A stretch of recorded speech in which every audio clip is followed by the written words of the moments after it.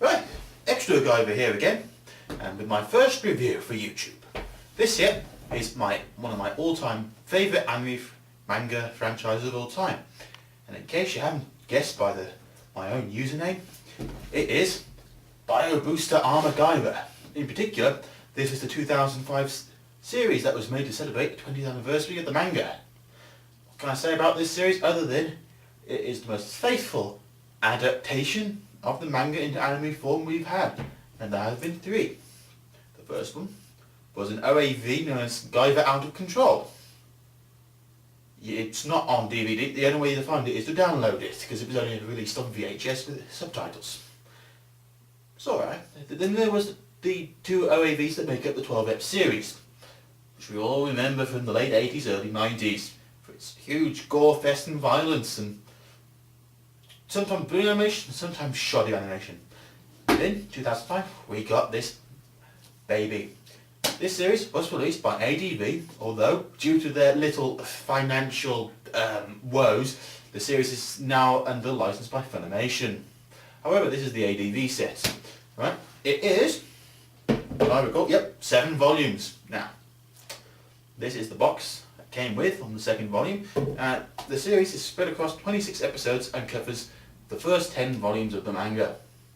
Now, the story of Guyver is about a Japanese high school student called Sho Fukamachi, who accidentally comes across what is known as a Guyver unit, which has been lost by Kronos, an evil organisation that creates men that turn into monsters.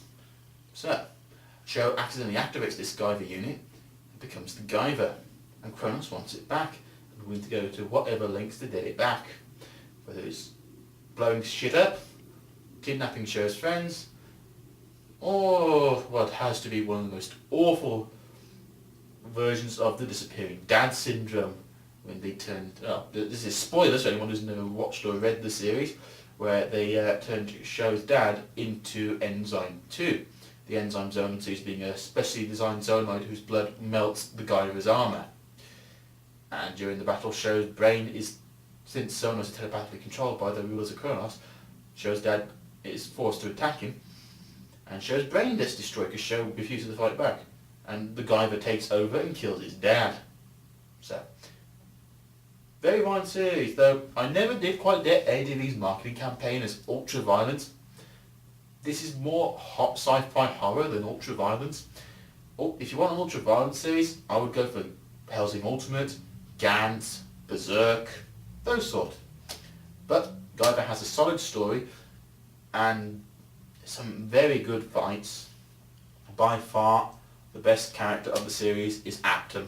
He's my personal favourite. Why, you may ask? Because he's badass. But yeah, Aptum's one of those characters who started off as a throwaway villain and quickly became the anti-hero of the series as he got more and more powerful, since he evolved to be a, well, if you ever played the Mega Man games, he's like Mega Man, except to get other people's Zonoid's powers, he eats them. Well, he doesn't literally go, ah, he actually touches them and they get absorbed into his body. And he gains their abilities, making him one nasty opponent. Kind of like Silo or Peter from Heroes.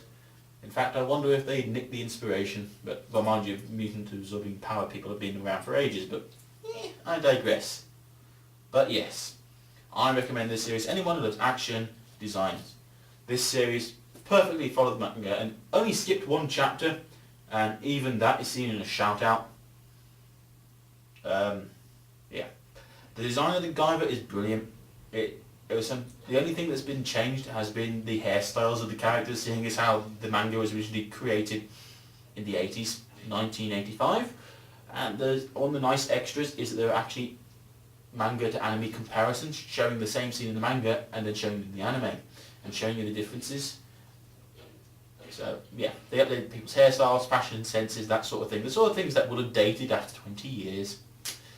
The voice acting, well, when I knew ADV had this series because they co-founded it, I guessed who would be cast as Sho, and I was right, it was Chris Patton.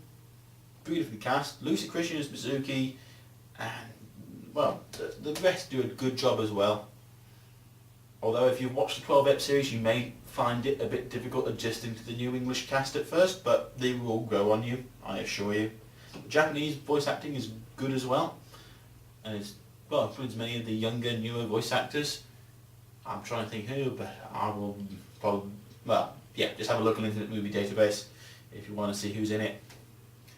Oh, yeah, the series also comes with lots of, well, 3 information booklets, which can, as you can see here, each one containing data on characters, character designs, abilities of the creatures and Guyver. See, zoonoids, more zoonoids, more zoonoids. Backgrounds, material,